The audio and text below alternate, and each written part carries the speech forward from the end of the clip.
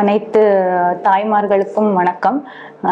நான் doctor Divya, paediatrician, Apollo speciality hospital Trichy. So August 1 to 7 first week வந்து நம்ம world breastfeeding week celebrate பண்ணுறோம். அது நம்ம எல்லாருக்குமே தெரியும். ஸோ இந்த செலிப்ரேஷனில் நம்ம எல்லா மதர்ஸ்க்கும் ப்ளஸ் எல்லா ஃபேமிலி மெம்பர்ஸ்க்கும் நம்ம என்ன கேட்டுக்கிறோம் அப்படின்னா, கண்டிப்பாக வந்து எல்லாரும் பிரெஸ்ட் ஃபீடிங்கை சப்போர்ட் பண்ணணும்.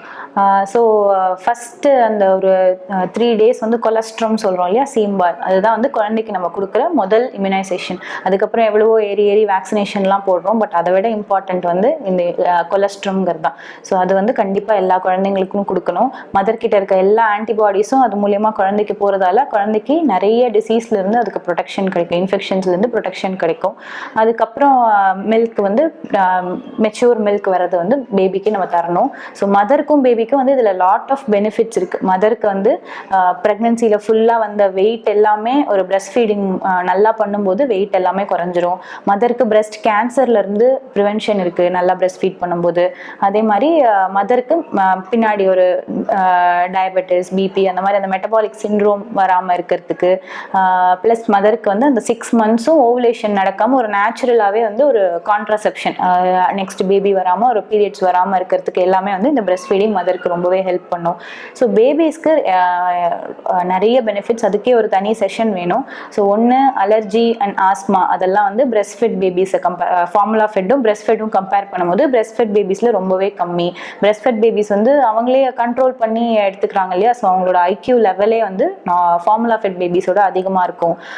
சுகர் வர்றது, பிபி வர்றது, மெட்டபாலிக் சிண்ட்ரோம்னு சொல்கிறோம் இல்லையா, பிற்காலத்தில் அந்த மாதிரி வெயிட், ஒபிசிட்டி, சுகர், அதெல்லாம் வந்து பிரெஸ்ட் ஃபெட் பேபிஸில் ஃபார்முலா ஃபெட்டை கம்பேர் பண்ணும்போது கம்மி.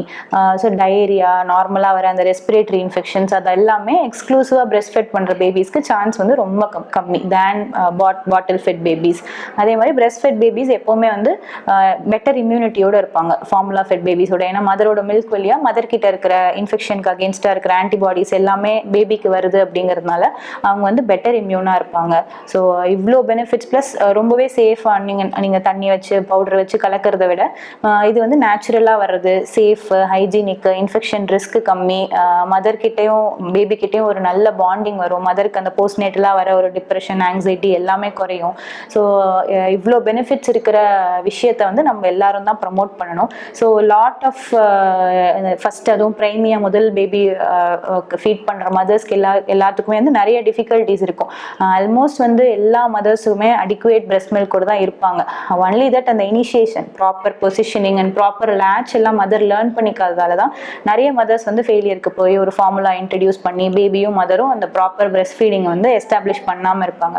ஸோ அதுக்கு ஹெல்ப் பண்ணுறதுக்கு தான் நம்ம பீடியாட்ரிஷியன்ஸ் இருக்கோம். வந்து அந்த ப்ராப்பராக பொசிஷனிங்கும் லேட்சும் கற்றுக்கிட்டு மதர் வந்து ஒரு நல்ல செல்ஃப் கான்ஃபிடென்ஸோட என்னால் நல்லா மதருக்கு பேபிக்கு ஃபீட் பண்ண முடியும் அப்படின்னும் ஃபேமிலியோட சப்போர்ட்டும் இருக்குது. ப்ளஸ் நைட் டைம் ஃபீடிங் ரொம்ப இம்பார்ட்டன்ட், அந்த ஹார்மோன் லெவல்ஸ் எல்லாம் புஷ்டப்பாக வைக்கிறதுக்கு, ப்ளஸ் பேபியோட எப்போவுமே அட்டாச்சாக இருக்கணும்.